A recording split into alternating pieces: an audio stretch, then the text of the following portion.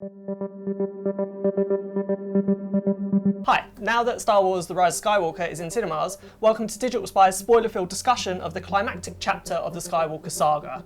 Now this actually will be spoiler-filled, including the ending, so if you haven't seen the film yet, make sure to go and watch our spoiler-free review instead.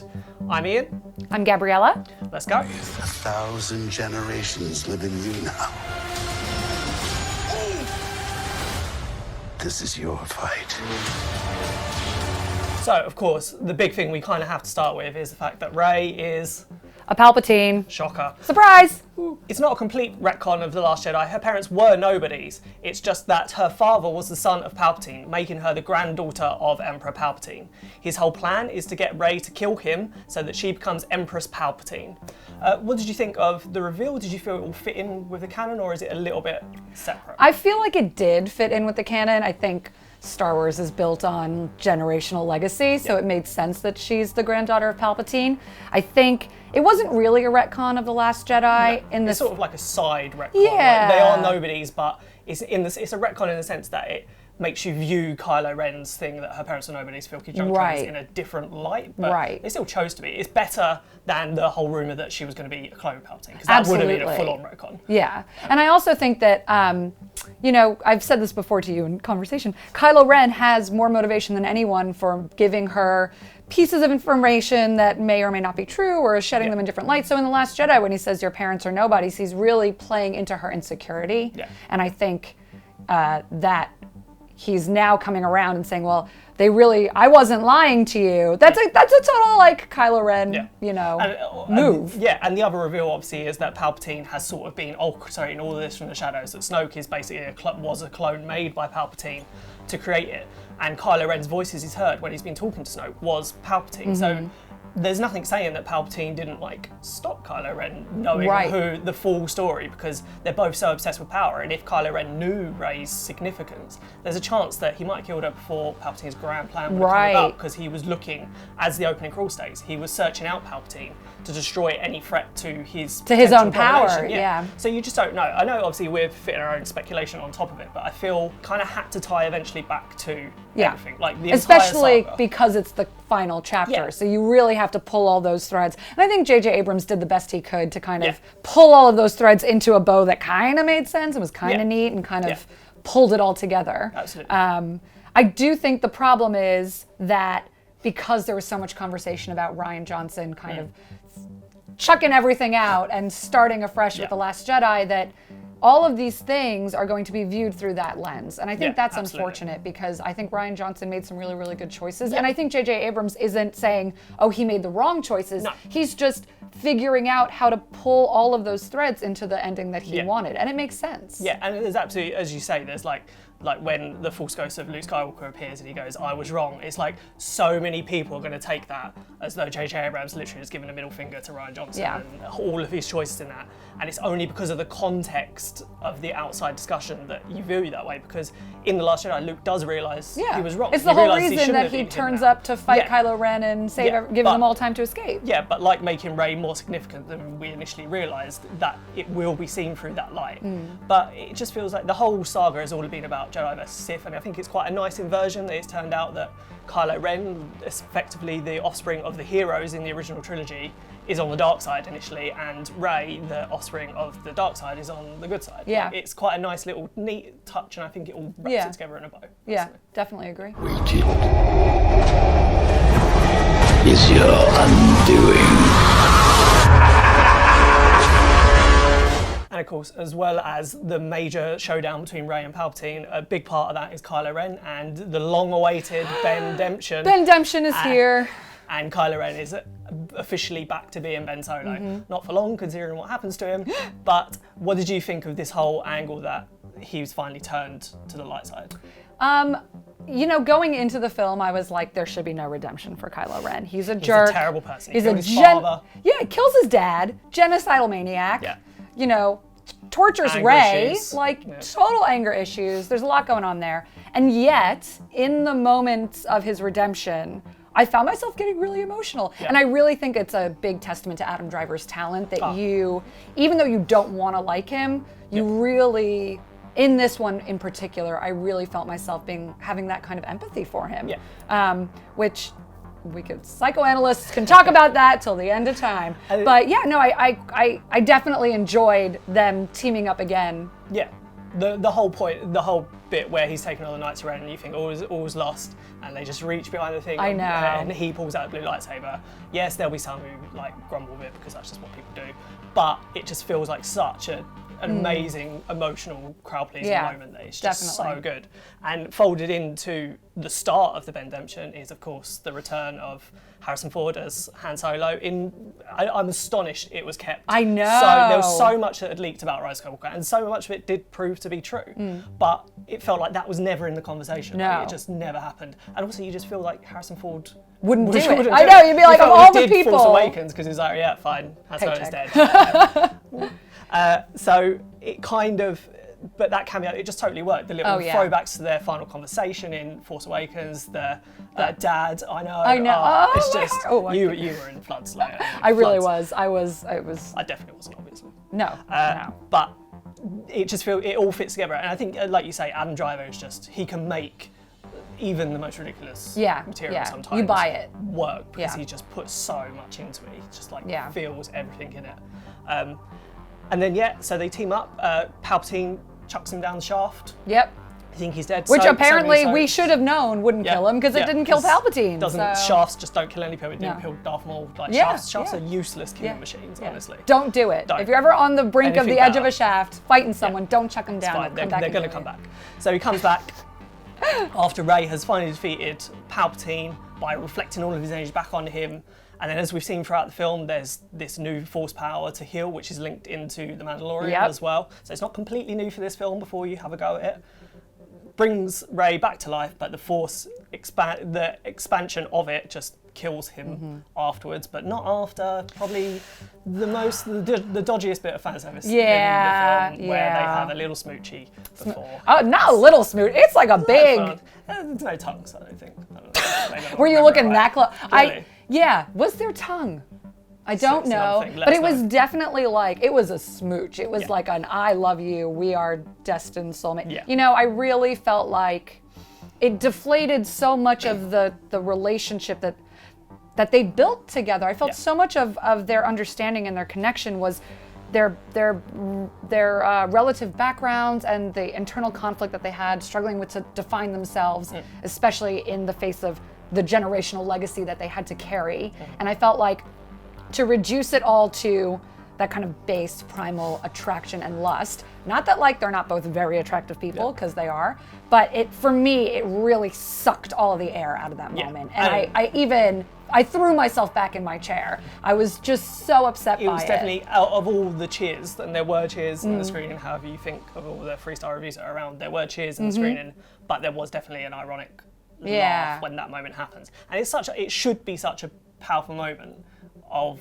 like him sacrificing himself. Like with Return of the Jedi throwbacks, he's essentially Darth Vader saving the day.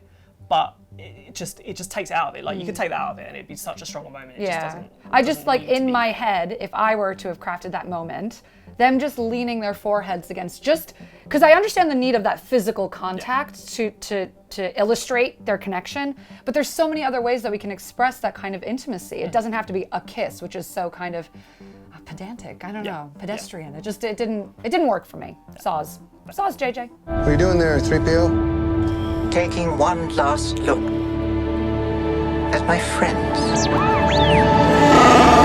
Of course, because this is the final Skywalker saga, there is plenty of fan service in there. Han Solo return definitely works. Kylo Ren and Rey, or Ben Solo and Rey kissing at that point, doesn't.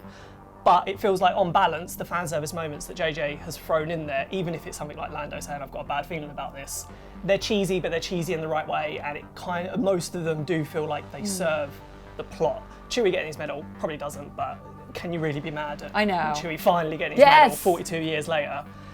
And the best bit was the Force Forces sequence where Rey, at the lowest ebb in her battle against Palpatine, hears the Jedi from across the Star Wars universe. So you've got like Mace Windu in there, you've got Ahsoka Tano, you've got Anakin Skywalker as Hayden Christensen coming back. Even though he doesn't appear, it's still a return for him.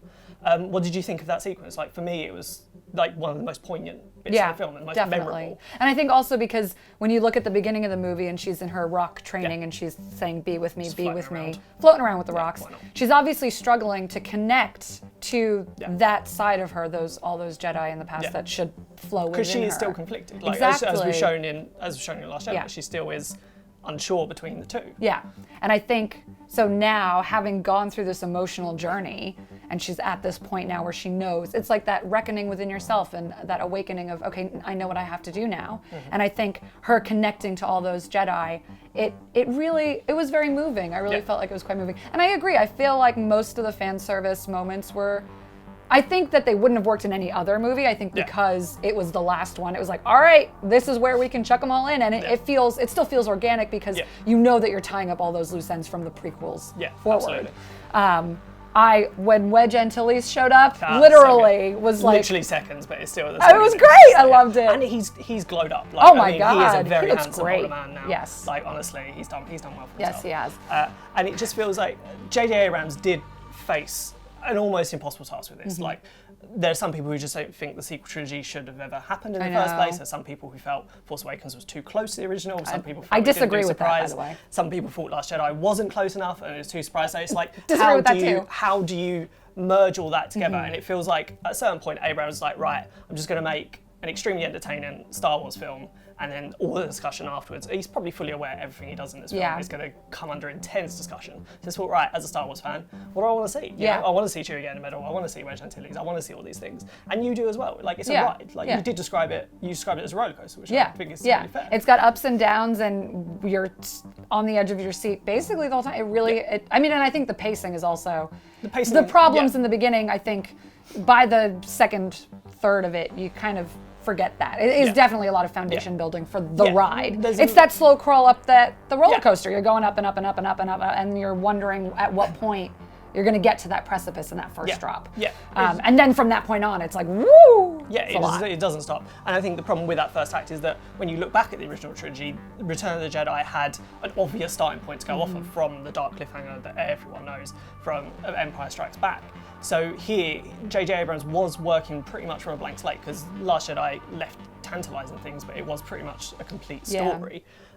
So you did have to set up all this stuff. I do wish it wasn't just, let's go and get this thing that turns out to be a MacGuffin, and then that actually isn't MacGuffin leads to another MacGuffin. It's just like, it's an exposition dump and just jumps all over the place. But I think once they start going on the mission and everything starts actually feeling more just tying back into the trilogy and the whole Sith vs Jedi, Rey vs Palpatine, all that kind of stuff, it just feels like it doesn't happen. And there's discussion, of course there is, and it probably will be never ending, but it feels like it's just an entertaining Star Wars film. Definitely. And is that a bad thing? I don't know. And I think it's great to be able to have all these discussions afterwards, as long as they remain in the realm of reasonable behavior. Have I waited? Let the final battle begin. Feels like we need to talk about the absolute final sequence of the film, the final sequence of the Skywalker saga for now, as far as we're aware, but it seems like it is the ending. I think so. Rey heads back to Tatooine to check out Luke's old gaff, buries Luke and Leia's lightsabers, and creates her own lightsaber, which turns out to be a yellow lightsaber, which canon fans will know that it's Jedi Sentinel's lightsaber, and it ends with Rey looking out with BB-8 by her side on the twin suns of Tatooine. How did you feel when that ended? It feels like a perfect final shot. Yes, I think it was very emotional and fulfilling for Rey. I always want more. That's the problem. And I loved, so much of what made The Rise of Skywalker fun was the dynamic of all three of them back together, Finn, Rey, and Poe, and then all the Resistance fighters and everybody else. And the fan side of me wanted that. The emotional kind of art understanding side of me was on board with that final shot. And I particularly like, she has this moment where she kind of slays down the sandbank, and it was just like, there's a lifting of all of that emotional kind of burden and pressure and the conflict that she's been going through this whole saga. And I really felt like that moment for me was really beautiful, because it's like she still is a young woman who has the rest of her life ahead of her and can still enjoy things and be free and hang out. And as we know as well, she doesn't just have a life ahead of her, she's got a brand new surname as well. Skywalker. I mean, who saw it coming? she's Rey Skywalker now, and that is the Rise of Skywalker. It's not the thing that people thought that Skywalker might be the name of an overall like Class movement or Jedi. new Jedi. Yeah. It's just the Rise of Skywalker is Rey finding her place and rising to Skywalker, which again, some people are going to be like, how can a Palpatine be a Skywalker? But that's how it is. That's a discussion. I think so much about it is indicative of the fact that the Star Wars is all about choice, right? Lando especially embodies that really well. When you choose to do certain things, your actions have consequences. And I think, you know, Rey choosing to adopt the name of Skywalker is saying, I'm making my own legacy now, and this is where I'm choosing to go. And I think that is quite a nice metaphor, I think. Yeah, and it feels like we might not have seen the last of pretty much any of the characters in this, apart from the ones who die, but Ben Solo can come back as a Force Ghost, I guess, because he does disappear. Maybe we won't. That we'll have to see what the future holds, and it could well be that we'll just get cameos from different ones. But it certainly feels it's an open-ended ending of hope, which essentially is what the whole Star Wars franchise has been about. It's about hope. It's about fighting back against evil and all that kind of stuff. And it's a nice note to end. It's the perfect moment of could be cheesy, but actually it works. Yeah. What our mothers and fathers fought for.